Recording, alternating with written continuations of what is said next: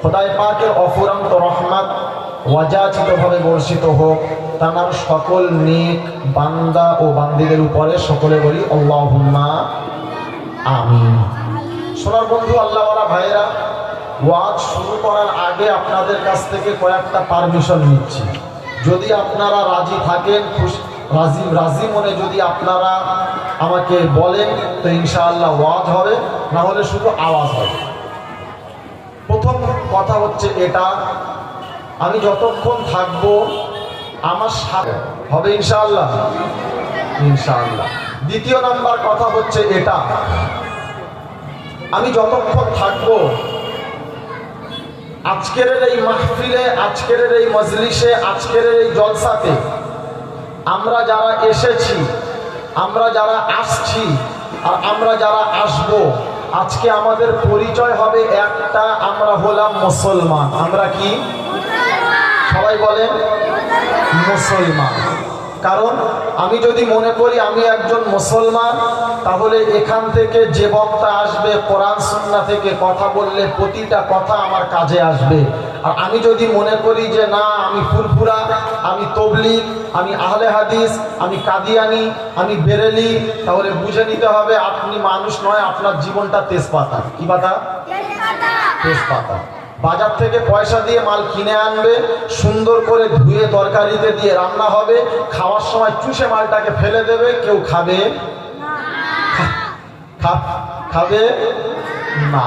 এজন্য আমরা আমাদের জীবনটাকে তেজপাতা বানাতে চাই না। আমাদের পরিচয় একটা, আমরা হলাম মুসলমান। কারণ মুসলমানের আল্লাহ কটা? মুসলমানের আল্লাহ কটা? একটা। মুসলমানের কোরআন কটা? একটা। মুসলমানের মসজিদ কটা? মুসলমানের কেবলা কটা? মুসলমানদের কাবা কটা? একটা। সব যখন এক, তো এদিক ওদিক করে কি লাভ পাস বাপ? এ বলে আমি আহলে হাদিস, এ বলে আমি অমুক, এ বলে আমি তমুক, এ বলে আমি বাজারে যাই, এ বলে আমি বাজারে যাই, এ বলে আমি সালা। আমাদের পরিচয় একটা, আমরা হলাম মুসলমান। নাম্বার 3, যতক্ষণ আমি থাকবো এখানে কথা হবে শুধুমাত্র কোরআন আর হাদিসের কথা, বাইরের কোনো কথা হবে না। এখন কোরআন থেকে কথা বললে কিছু মানুষের কলিজা ফেটে যাবে। কোরআন থেকে কথা বললে কিছু মানুষের আঘাত লাগবে, অসুবিধা আছে, থাকলেও কিছু করার নাই। কারণ আমি নিজে থেকে এখানে আসি নাই, আমাকে দাওয়াত করে ডেকে আনা হয়েছে বলে এসেছি। তবে আমি আসার পরে যদি আপনাদের তেল মাখিয়ে যাই, কিয়ামতে সব থেকে প্রথম মারটা আমার পড়বে। এজন্য আমি আর আপনাদেরকে লুকাতে পারলাম না। চলবে ইনশাআল্লাহ? অসুবিধা হবে না তো? ইনশাআল্লাহ। শোনাচ্ছিলাম সমস্ত ক্ষমতার যিনি মালিক তিনি হলেন আল্লাহ। যে আল্লাহ পাক রব্বাল আলামিন বড় ভালোবেসে আদরের বিবিকে দূরে সরিয়ে রেখে আনন্দর বাচ্চাদেরকে দূরে ঠেলে দিয়ে আজকে এমন একটা জায়গাতে আমাকে আর আপনাকে আসার সুযোগ দিয়েছে, যে জায়গাটা আসমানের নিচে জমিনের উপরে সব থেকে দামি জায়গা আজকের জন্য এটা। কারণ যে জায়গাতে কোরআন সুন্নাহর কথা হয়, আল্লাহ নবী সাল্লাল্লাহু আলাইহি ওয়াসাল্লাম বলেন ততক্ষণের জন্য ওই জায়গাটা জান্নাতের বাগান। তাহলে আমরা বসে আছি কোথায়? জান্নাতের বাগানে। আচ্ছা, খোদার জান্নাতে যাব কোনো গ্যারান্টি কেউ দিতে পারবে? কেউ পারবে? মোটামুটি খাজা মঈনুদ্দিন চিশতি রহমাতুল্লাহ আলাইহি দিতে পারবে যে আমার মুরিদরা জান্নাতি, নাকি পারবে না? আপনার এই মসজিদের সামনে যে মাজার আছে উনি তো পারবে অন্তত। হ্যাঁ, দেখেছেন?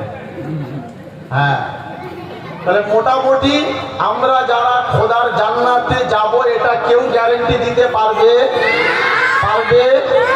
না।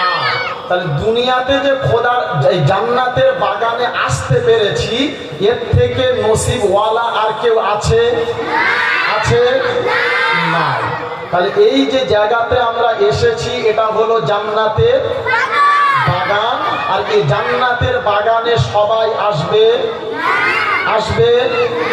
না, এলাকায় আলহামদুলিল্লাহ মানুষের কমি নাই, তারপরেও মাইকের আওয়াজ কি কানে যায় না? যাচ্ছে, কিন্তু এ মালগুলো ঘর থেকে বার হবে না। ওরা বিবির সাথে গল্প করবে, ছেলেদের নিয়ে আড্ডা মারবে, দুনিয়ার সব কাজ করবে, কিন্তু কোরআন সুন্নাহর আওয়াজ কানে আসলেও ঘর থেকে বার হবে না। মসজিদে জুমার দিন আসবে, ইমামের বায়ান শেষ হবে যখন, তখন ইমাম মেম্বারে দাঁড়াবে, ওমাল ঘর থেকে বার হবে। এটাই হলো মুসলমানের নমুনা। হ্যাঁ না, না জোরে বলে, এটাই মুসলমান। সপ্তাহে একটা দিন পাবো ইমাম মসজিদে এসে সারা সপ্তাহ রুলস আমাকে আর আপনাকে দেবে, আমি ওগুলো নেব না। কারণ আমি জানি যে গেলে মাল যদি আমার বিরুদ্ধে পড়ে যায়, এজন্য এমালেরা যাবে একদম সব থেকে শেষে, দোয়ার জন্য ওয়েট করবে, কখন একবার লা ইলাহা ইল্লাল্লাহ বলবে, এমন ছুট মারবে ফেরেশতা অবাক হয়ে যাবে যে মালটা মসজিদে ছিল না। হ্যাঁ না, দোয়া শেষ হওয়ার আগেও বাড়ি বউ জিজ্ঞেস করছে কি নামাজ পড়নি? কত পড়বো, সপ্তাহে একদিন যাচ্ছি, বিশাল ব্যাপার। সোনার বন্ধু আল্লাহওয়ালা ভাইয়েরা, এজন্য আমি শোনাচ্ছিলাম সমস্ত ক্ষমতার যিনি মালিক তিনি হলেন আল্লাহ, যার দরবারে কোনো বাক বিচার নাই, তার কাছে সবাই সমান, সবাই সমান। হাফেজ সাহেব, মলি সাহেব, পীর সাহেব, ফকির সাহেব, ডাক্তার, মাস্টার, কানা, পুজো, অচল, সচল, দুর্বল, সবল, মূল্যে সব মাল এক দল। কদল? এক দল, সব এক দল। মরার পরে নাম একটাই, কি নাম? লাশ। কি বলবে? লাশ। আপনাদের এলাকার সব থেকে পয়সাওয়ালা ব্যক্তি যিনি করোনার সময় মারা গেলেন, আচ্ছা ওই লোকটা মারা যাওয়ার পরে, নামটা ভুলে গেছি, খেয়াল নাই, তো উনি মারা যাওয়ার পরে কেউ বলেছে যে অমুক হাজী সাহেব মারা গেছে, সেই লাশটা নিয়ে আয়? হ্যাঁ না, না। যখন জানাজা হচ্ছে বলছে কি হাজী সাহেবকে নিয়ে আয়, এরকম বলেছে? কি বলেছে? লাশটা নিয়ে আয়। কারণ মরার পরে নাম একটাই, কি নাম? লাশ। এজন্য ফেরেশতারা বলছে বাবা যাওয়ার আগে একবার ভেবে যাস, কারণ তুই যাওয়ার আগে মাদার সাহেবের মাঠে চলে গেছে কাঁচা কাঁচা বাঁশ, এজন্য যাওয়ার আগে একবার ভেবে যাস। তার দরবারে কোনো বাক বিচার নাই, সবাই সমান, সব সমান। এজন্য সমস্ত ক্ষমতার যিনি মালিক তিনি হলেন আল্লাহ। আল্লাহ বড় ভালোবেসে আমাদেরকে মানুষ করে পাঠিয়েছে, আরেকটু ভালোবেসে মুসলমান করেছেন, ইমানের মতন সম্পদ দিয়েছেন, কোরআনের মতন উজমা কালাম দিয়েছেন, রসুলের মতন শ্রেষ্ঠ নিয়ামত দিয়েছেন, শ্রেষ্ঠ নবী আমাকে আর আপনাকে দিয়েছেন। আর ইসলাম ধর্মের মতন সব থেকে ভালো ধর্মে তিনি আমাকে আর আপনাকে এই করে পাঠিয়েছেন। তিনি যদি আমাকে অন্য কোনো জাতির ঘরে, অন্য কোনো ধর্মের ঘরে পাঠাতেন, তো আমার আর আপনার কিচ্ছু বলার ছিল না। সারাটা জীবন আরামায়েশে কেটে যেত, চোখটা বন্ধ হয়ে গেলে আত্মীয় স্বজন সুন্দর করে কুলপাতার পানি গরম করে কেয়া সাবানে ঘষে দিয়ে সাদা কাপড়ে প্যাকিং করে খাটে ছুঁয়ে নিয়ে একদম সোজা গিয়ে শ্মশান ঘাটে, নিচে কাঠ, উপরে লাশ, কেরোসিন তেল দিয়ে ঢুকে দিত। হ্যাঁ না, না।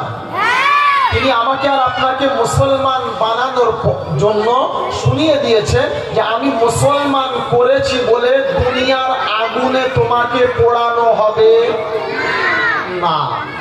আপনি মদখোর, জুয়াখোর, গাঁজাখোর, তাড়িখোর, নারীখোর, দুনিয়ার সব রকমের খোর, মদের বারে গিয়ে মদের গেলাস হাতে নিয়ে খেতে খেতে মারা গেছে, ওই লোকটাকে এলাকার মানুষ তুলে এনে সুন্দর করে গোসল করিয়ে তাকে খাটের উপরে শুয়ে ঈদগাহ মাঠে এনে হাজির করেছে।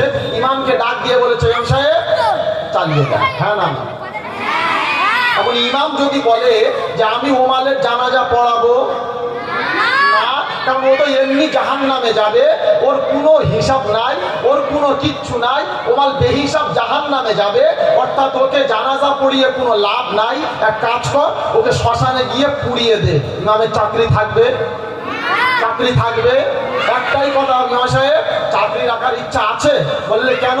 বলে তুমি জানো না এটা মুসলমানের ঘরের ছানা, এমাল মরে গেলে পোড়ানো যাবে? বলে না, যত অন্যায় করুক ও মরলে জানাজা পড়তে হবে, এমনি ছাড়া যাবে না। তাহলে মুসলমান করে আমাদের লাভ হয়েছে না ক্ষতি? লাভ। সব থেকে প্রথম লাভ যেটা, আল্লাহ পাক রব্বুল আলামিন বলেন আমি মুসলমান করেছি বলে দুনিয়ার আগুনে তোমাকে পোড়ানো হবে না। আর মুসলমান হয়ে যদি আমার ডাকে সাড়া দিতে পারো, অর্থাৎ মুসলমান হয়ে যদি মৃত্যুবরণ করতে পারো, তো জাহান্নামের আগুন থেকেও আমি আল্লাহ, জাহান্নামের আগুনেও আমি আল্লাহ তোমাকে পোড়াবো না, কথা দিলাম। জোরে বলেন সুবহানাল্লাহ। কোথায় শুনিয়েছে? চলেন কোরআন খোলেন। আল্লাহ পাক শুনিয়েছেন ইয়া আইয়ুহাল্লাযীনা আমানু ইত্তাকুল্লাহা হাক্কা তুকাতিহি ওয়া লা তামুতুন্না ইল্লা ওয়া আনতুম মুসলিমুন। পারা নাম্বার 4 পৃষ্ঠা নাম্বার 2 লাইন